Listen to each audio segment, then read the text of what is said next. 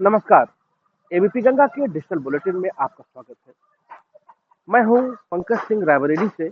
आज रायबरेली की बड़ी खबरों के बारे में आपको बताते हैं। आज की सबसे बड़ी खबर है पुलिस का लंगड़ा अभियान। पुलिस का लंगड़ा अभियान जारी है।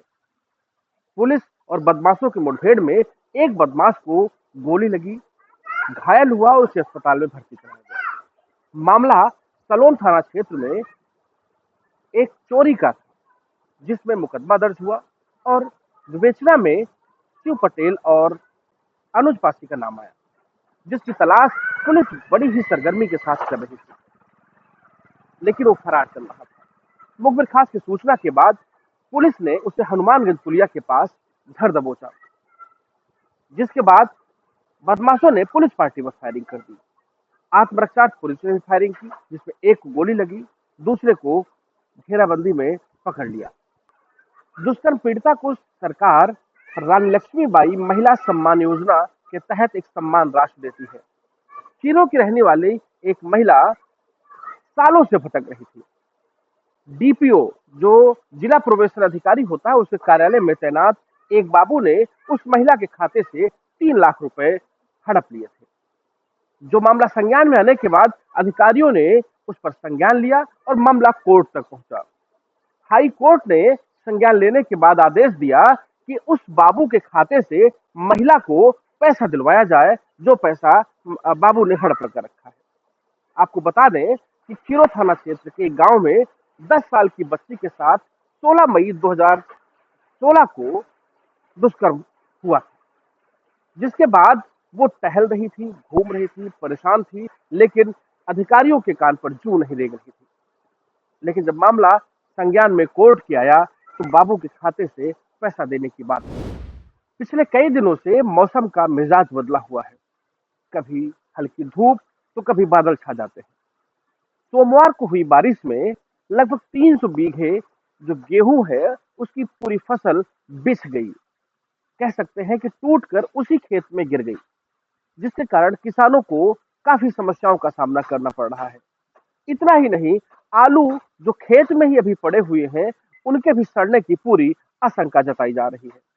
आपको बता दें कि 300 बीघे से ज्यादा फसलों का नुकसान हुआ है, चाहे वो दलहन का हो, चाहे वो तिलहन का हो। सरसों भी लगभग तैयार हो चुकी है, गेहूं भी पूरा तैयार था और आलू की तो लगातार खुदाई ही हो रही थी।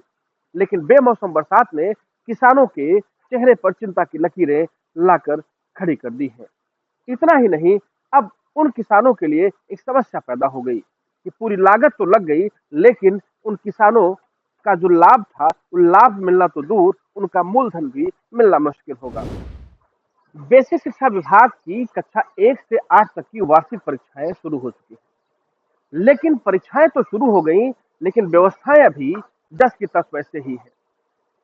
पेपर समय से पहुंचने चाहिए थे, लेकिन समय से पेपर ना पहुंचने के कारण देर से परीक्षाएं शुरू हो सकी, जिसके कारण बच्चों में भी काफी समस्याएं देखी गई।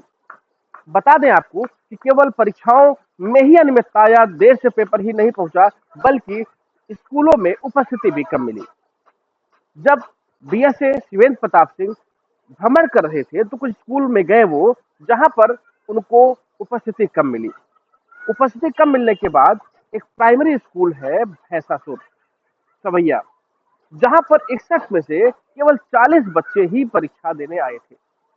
इस पर बीएसए ने नाराजगी जताई और जो प्रधान अध्यापक थे उनसे उन्होंने जवाब मांगा।